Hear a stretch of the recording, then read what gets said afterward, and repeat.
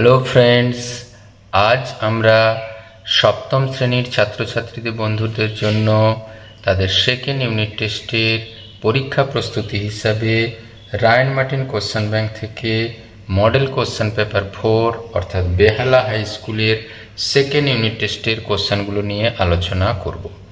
কোশ্চেনগুলো সত্যিই short question এবং লং কোশ্চেন উভয়ই ইন্টারেস্টিং, পরীক্ষায় পড়ার উপযুক্ত। তাই কোশ্চেনগুলো খুঁটিয়ে দেখার অনুরোধ রাখলাম। আর চ্যানেলে যদি প্রথমবার ভিজিট করে থাকো, চ্যানেলটিকে সাবস্ক্রাইব করে পাশে থাকার অনুরোধ রাখলাম। এখন সরাসরি কোশ্চেনের আলোচনায় যাওয়া যাক। প্রথম কোশ্চেন আছে, দেখো 3, 4, 8, 6, 7, 4, 9 এর শতক স্থান পর্যন্ত আসন্ন মান তোমাদের নির্ণয় করতে বলা আছে। দেখো, আমরা শতক স্থান আইডেন্টিফাই করে দিলাম যে এইটা হলো আমাদের শতক স্থান। কেন? একক, দশক, শতক স্থান। তার পরের মান দেখো আছে কত?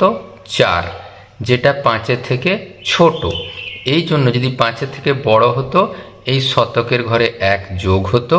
যেহেতু আমাদের দশকের ঘরের মান 5-এর থেকে কম, তাই জন্য তার শতক স্থান পর্যন্ত আসন্ন মান যা আছে লিখে দেব 8, 6, 7, বাকিগুলো 0, 0। অর্থাৎ option A is the right answer. পরের কোশ্চেন দেখো, 27কে কোন ভগ্নাংশ দিয়ে গুণ করলে গুণফলের বর্গমূল 3 হবে? আমি ধরছি 27কে এই ভগ্নাংশটা দিয়ে গুণ করা হবে এবং তার বর্গমূল করলে 3 হবে। তাহলে নিশ্চয়ই এই 27 গুণিত ওই যে কোনো ভগ্নাংশটার মান কত হবে? 3-এর বর্গ। আর আমরা জানি 3-এর বর্গ হয় 9। তাহলে আমরা সরাসরি লিখতে পারি এই ভগ্নাংশটার মান কত হবে? ভগ্নাংশটার মান হবে 9/27, 9 3-এ 27, অর্থাৎ 1/3। অর্থাৎ option D is the right answer. পরে দেখো, একটি বাস 18 কিমি পথ যায় 30 মিনিটে, বাসটির গতিবেগ। দেখো গতিবেগগুলো কি এককে আছে? মিটার পার সেকেন্ড এককে। আমরা জানি গতিবেগ হয় অতিক্রান্ত দূরত্ব। অতিক্রান্ত দূরত্ব 18 কিমি, তাহলে 18 গুণিত 1000, এটা হবে অবশ্যই মিটার।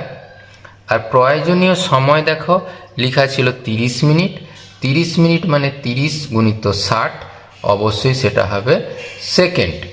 এরপরে আমরা ছোট ছোট করে কাটাকুটি করব। 0 একটা কেটে দিলাম, 0 কেটে দিলাম। 6 3 18, এই 3 3 কেটে দিয়ে দেখো 10 পড়ে আছে। তাহলে হবে কত?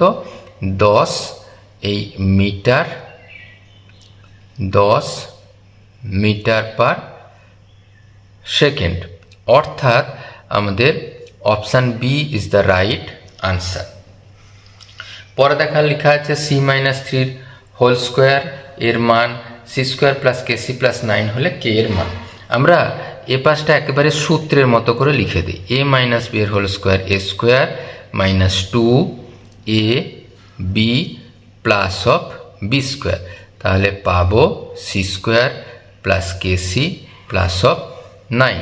তাহলে দেখো পাচ্ছি c², এটা হচ্ছে 6, 6 × c + 9 সমান c² + kc + 9। এই দেখো c² + 9, c² + 9 মিলে যায়, তখন তাহলে কে ছিল?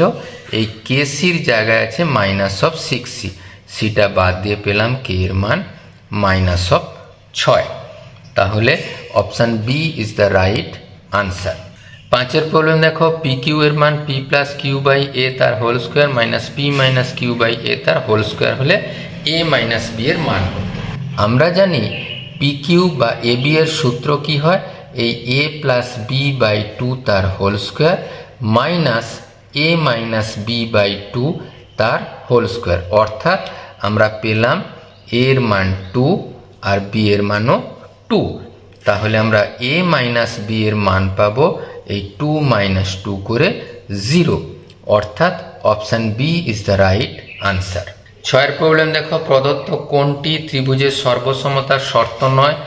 এস এস এস বাহু বাহু বাহু সর্বসমতার শর্ত, এস এস এ সর্বসমতার শর্ত, আর এই যে সমকোণী ত্রিভুজের সর্বসমতার শর্ত, এই এ এ এ সর্বসমতার শর্ত নয়। এটা হচ্ছে সদিশকোণী ত্রিভুজের বৈশিষ্ট্য। সাথে দেখো এবিসি ত্রিভুজের এসিকে বৃহত্তম বাহু ধরলে ত্রিভুজটি অঙ্কন করা সম্ভব কি হবে? যখন যে কোনো দুটো ক্ষুদ্রতম বাহুর যোগফল একেবারে বৃহত্তম বাহুর যোগফলের থেকে বড় হবে, তখনই ত্রিভুজ অঙ্কন করা সম্ভব। অর্থাৎ option B is the right answer. সাথে দেখো কোনো ত্রিভুজের উচ্চতা সেই ত্রিভুজের একটি বাহু সমান হলে সেটি হবে একটি সমকোণী ত্রিভুজ। সেটি হবে একটি সমকোণী ত্রিভুজ। তার কারণ সমকোণী ত্রিভুজের ক্ষেত্রেই এই উচ্চতাটার মান একটা বাহুর মানের সাথে সমান হয়। দুয়ে দেখো √2 2 দশমিক স্থান পর্যন্ত আসন্ন মান নির্ণয় করো। তাহলে দুইয়ের আমরা বর্গমূল হিসাব করব। জাস্ট 1 একে 1, 1 0 0, 1-এর দ্বিগুণ 2, 4 দিয়ে গুণ করলে পাবো 96, 4 0 0, 14-র দ্বিগুণ হয় 28, 1 1 গুণ করলে 281।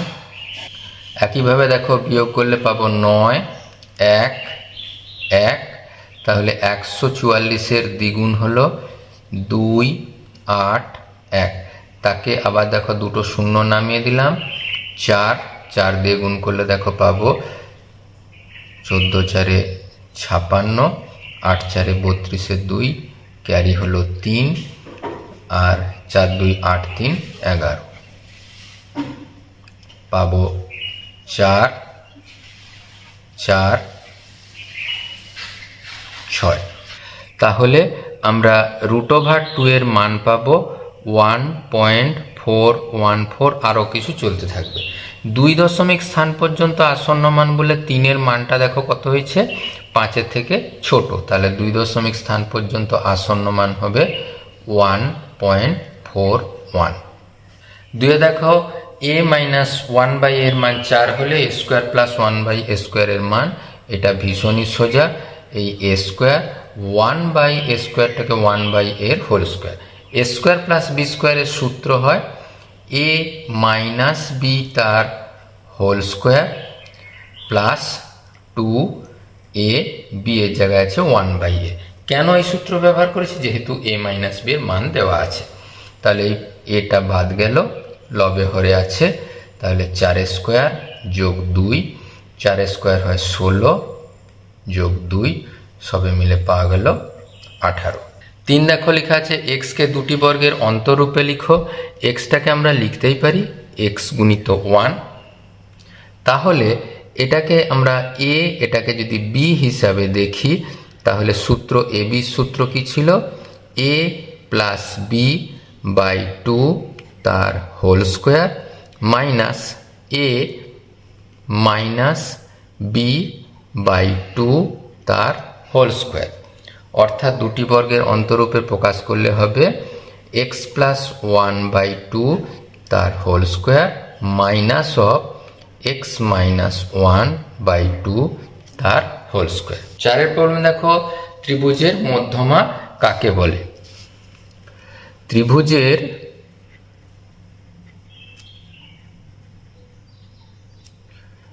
যে কোনো শীর্ষবিন্দু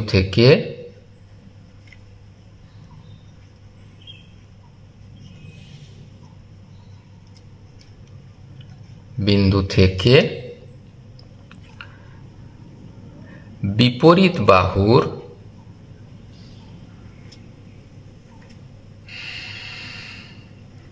মধ্যবিন্দুর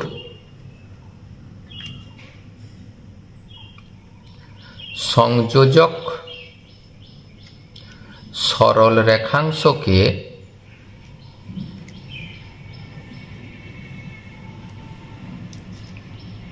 রেখাংশকে মধ্যমা বলে। তাহলে এই যদি একটা কোনো ত্রিভুজ হয়, তাহলে একটা যে কোনো শীর্ষবিন্দু এ থেকে বিপরীত বাহুর মধ্যবিন্দু যদি ডি হয় তাহলে এখানে এডি হলো মধ্যমা। আচ্ছা, আবার দেখো যদি এসির মধ্যবিন্দু ই হয় তাহলে বিইটাও হবে একটা মধ্যমা। একইভাবে এর মধ্যবিন্দু যদি এফ হয় এই সিএফটাও হবে মধ্যমা। আর ত্রিভুজের মধ্যমাগুলি একটি বিন্দুতে ছেদ করে, তাহলে এই বিন্দুটা আমাদের ছবি অনুসারে জি। 5 দেখো প্রদত্ত চিত্রে 1 আর 4 একে বলা হয় অনুরূপ কোণ, 1 আর 4কে বলা হচ্ছে অনুরূপ কোণ, আর 2 আর 4কে বলা হয় একান্তর কোণ। খুব সহজ জিনিস। 3 দাগের প্রবলেম দেখো, দুটি ধনাত্মক সংখ্যা একটি অপরটির দ্বিগুণ, সংখ্যা দুটির গুণফল 1/17 32 হলে সংখ্যা দুটি নির্ণয় করো। একদম সহজ করে কেমন করে করব, ধনাত্মক একটি সংখ্যা ধরে নিচ্ছি x, তাহলে অপর ধনাত্মক সংখ্যাটা 2x, কেন দ্বিগুণ, তাদের গুণফল মানে x গুণিত 2x এর মান 1/17 32, তাহলে আমরা গুণ করলে পাবো 2 × x², 17 সবে মিলে হলো 49/32, তাহলে আমরা x² এর মান পাবো 49/32কে 2 দিয়ে গুণ করে 64, বা x এর মান পাবো √49/64 করে 49-এর বর্গমূল 7, 64-র বর্গমূল 8, মানে 7/8। অতএব একটি ধনাত্মক সংখ্যা, x এর মান আমরা কি ধরেছি, একটি ধনাত্মক সংখ্যা, তাহলে একটি ধনাত্মক সংখ্যা সমান 7/8, অপর ধনাত্মক সংখ্যা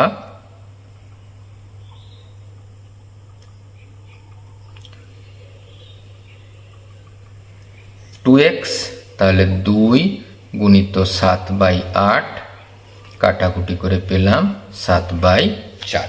2 দাগে দেখো 1.4641 বর্গমিটার এবং 1.0603 বর্গমিটার ক্ষেত্রফল বিশিষ্ট দুটি বর্গক্ষেত্রের মধ্যে কোন বর্গক্ষেত্রের বাহুর দৈর্ঘ্য বেশি, কত বেশি। তাহলে বর্গক্ষেত্রের ক্ষেত্রফল থেকে বাহুর দৈর্ঘ্য বের করতে গেলে কি করব, আমরা বর্গমূল করব। একেবারে এখানে সহজে বর্গমূল করে নিলাম, 1 একে 1, তাহলে পরবর্তী দুটো সংখ্যা নামলো, 1-এর দ্বিগুণ কত হয় 2, তাহলে দশমিক চিহ্ন লাগিয়ে দিলাম।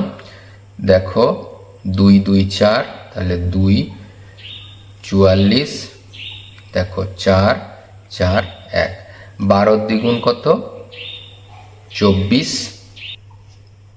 দেখো 6 থেকে 2 বিয়োগ করলে 4, তাহলে পরের সংখ্যা 4 1 নামলো, তাহলে 1 একে 1, তাহলে এই বর্গক্ষেত্রের বাহুর দৈর্ঘ্য হবে 1.21 মিটার।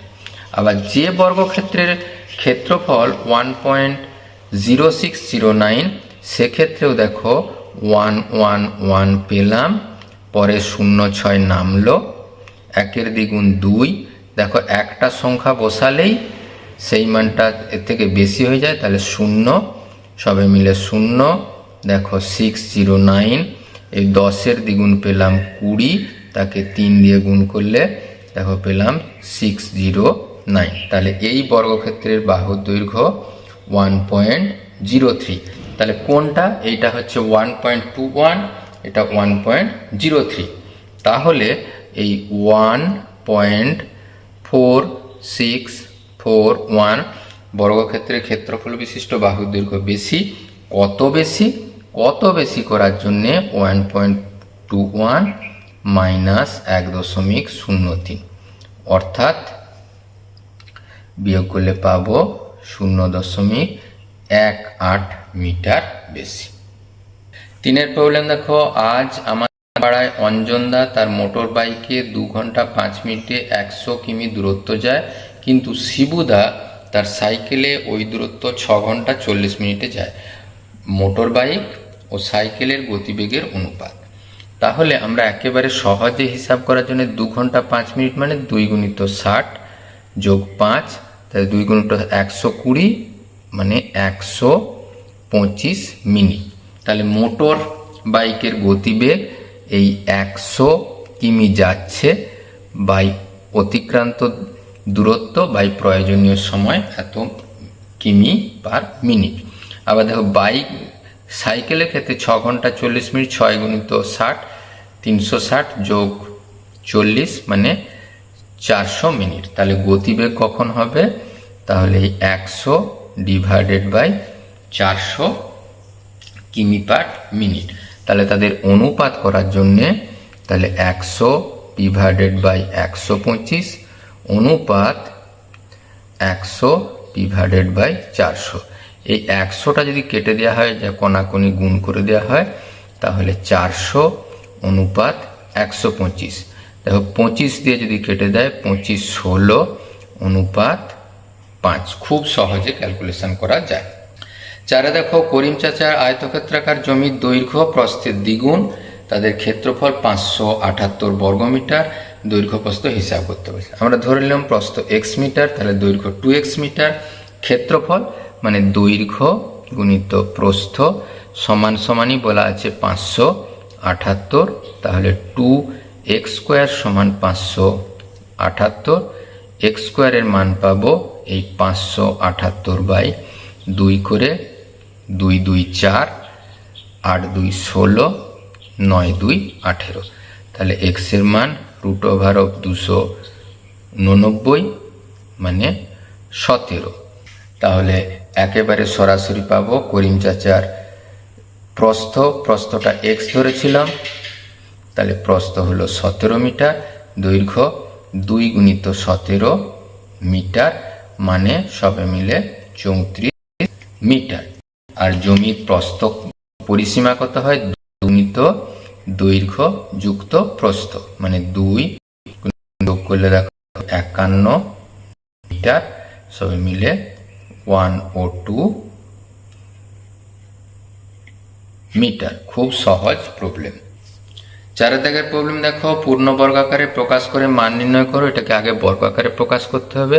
64 স্কোয়ারটাকে আমরা লিখতে পারি 8a তার whole square plus 2 into 8a into 1, আবার 1টাকে লিখবো 1 এর স্কোয়ার। তাহলে হয়েছে দেখো a square plus 2ab plus b square, সবে মিলে হলো দেখো a প্লাস b তার হোল স্কোয়ার। পূর্ণবর্গকারে প্রকাশ হয়ে গেছে। এবারে a জায়গায় মান বসিয়ে দিতে হবে। a জায়গায় কত মান বসাতে বলেছে? 1/8, তাহলে প্লাস 1 তার হোল স্কোয়ার। সবে মিলে দেখো কাটাকুটি করলে 1 প্লাস 1 তার হোল স্কোয়ার, 2 তার হোল স্কোয়ার মানে 4।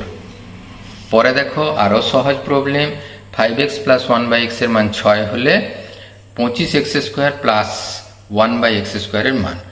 25x স্কোয়ারটাকে আমরা লিখতে পারি 5x তার হোল স্কোয়ার প্লাস 1/x এর হোল স্কোয়ার। এখন কি a স্কোয়ার প্লাস b স্কোয়ারের মতো, a স্কোয়ার প্লাস b স্কোয়ারের সূত্র দেখো a প্লাস b, এর জায়গায় আছে 5x, b এর জায়গায় 1/x, a প্লাস b তার whole square minus 2 into a into b। তাহলে এর মান আবার দেখো লেখা আছে 6, তাহলে 6 স্কোয়ার মাইনাস এই 5 2 10, 6 স্কোয়ারের মান হয় 36 মাইনাস 10 করে সবে মিলে হলো 26। 3 প্রবলেম দেখো স্কোয়ার প্লাস বি স্কোয়ারের মান 5ab দেওয়া আছে, তাহলে এর মান আমাদের 23 প্রমাণ করতে হবে।